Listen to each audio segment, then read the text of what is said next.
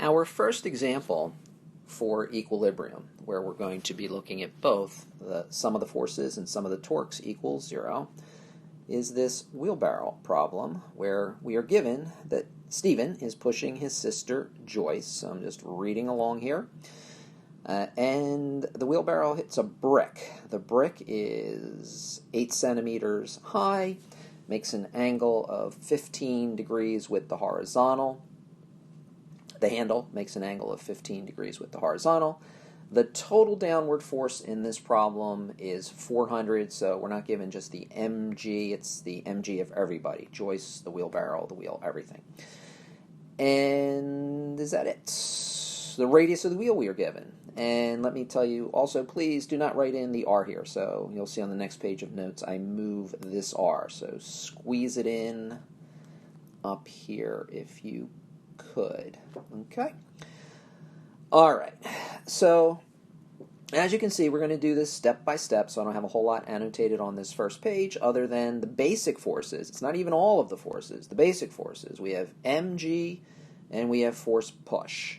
And for this problem, I am going to give you that we are going to use the pivot at the brick. And it makes sense because that is the point about which the wheel the center of mass of the wheel has to be able to rotate up, the wheel has to lift off of the ground and rotate up over the brick. So we are going to be looking at torques, and as I said, we have just two of the forces. To me, the two obvious ones, the force push and mg. And for right now, to facilitate our solution later on, let's get the r cross f vectors all ready to go. So the pivot point is down here with the brick. The r vector, remember, don't draw this in, it's going to get too messy. So the r vector, we're going to slide up here and draw the r vector from a common origin, and that's what I have shown down here. So do annotate down here. Do not annotate up here. The r cross f, we also have to draw from a common origin. So here we are going to put the r and the f from the common origin as I have shown here. So now we're literally going to pick up that force vector and slide it down here to where the pivot is. So you don't have to put the pivot here if you don't want, but the pivot is here. We slide them, we draw them from a common origin. So those to me are just setting up the problem for my analysis. We didn't have to do the bottom bits down here, but that's going to help us out later on. But this part of the analysis was, I think, the most obvious from reading the question and getting ready to do our solution. So let's see what our solution entails. Let's go to our next page. All right, so now I'm getting in all of the forces. How do I know I needed these green forces? Well, I know I needed these green forces because what we're looking at is the equilibrium situation where center of mass of the wheel, as I said, is going to have to rotate up over that brick point. So what we're saying is that our analysis is going to calculate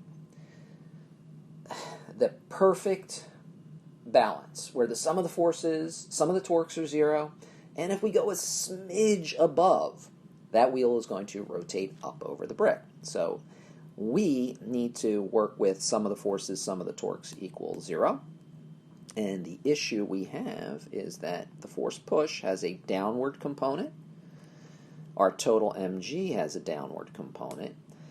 And we need sum of the forces equals 0. So the wheel is in contact with the brick, so that gives us a force normal up here. Why don't we put the force normal at the ground? Well, the force normal at the ground would normally be there, but that normal force goes to 0 in this equilibrium analysis, where we are at the point where the wheel will just begin to lift off of the ground and rotate. So that is why we do not use that normal force. So as I said, these are a little more involved, a little tricky in terms of making sure you understand the entire dynamic. Well, of course, we have to consider our x direction. We consider the y direction. We have a force to the right here due to force push. We are going to have a force to the left here then to balance that. And as I said, be careful. Even though we've made our x and y up off of the pivot point, both of those forces, of course, the force normal in the x direction, actually x down at the bottom, but I'm not drawing it there because our solution would get so messy. Now, the one thing that is in this problem that would not be part of our test or the AP test is the geometry that we have to involve here to get the angle of 53 degrees. So typically that angle would be given to you, and you would just have to know how to work with it. So as you can see from what we have here, it's a little bit tricky because I'm working with the right triangle. So I'm just going to put it in again. I'm going to go in, zoom in here, but don't draw this in. I'm working with the right triangle from the pivot to here to here. So my hypotenuse is R. My adjacent to the alpha angle is B, and my opposite to the alpha angle is A. So A squared plus B squared equals R squared. They don't give us A, so I say that they made us jump through some hoops here with geometry. So they didn't give us A, but we can calculate A. Once we have A, I can do inverse tangent to get the 53 degrees. So get it into your notes, but don't worry about it being an obstacle for you to continue problem solving. So now we're ready to start our equations. So we have all of our forces in. We don't know that we need the torques yet. We're going to need them. But let's continue on and see how to finish up this problem. Okay. Well, sum of the forces, sum of the torques equals 0 as this wheel and wheelbarrow is going to begin to rotate up over the curb. Always, always, always start with the sum of the forces and see if that is enough to problem solve the problem. Only go to the torques if you really need to. Again, for this chapter, we pretty much are going to need to. Well, if I look at the sum of the forces in the x direction, I have the force push cosine 15 degrees, giving me the 0.966 to the right, minus the normal force to the left equals 0. I'm in equilibrium. My force normal in the y direction up has to equal 0.57 down plus the 400 down. So I'm going to count equations and unknowns. I have two equations. How many unknowns do I have? The force push is unknown. Force normal in the x direction is unknown. Force normal in the y direction is unknown. So I have two equations, three unknowns, and no choice. We have to go to the sum of the torques. All right. Well, the sum of the torques. Here we had our R cross F's all ready for us to go. We saw that we have our angle alpha is 53 degrees.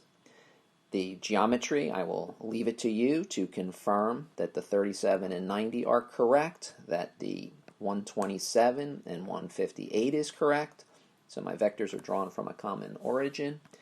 When I do my cross product, let's do this one first, right? R cross F. R cross F. Thumb out of the paper, right-hand rule. So that is why I have positive here. When I do R cross F, confirm for yourself. That is a thumb into the paper. That is why I have negative here.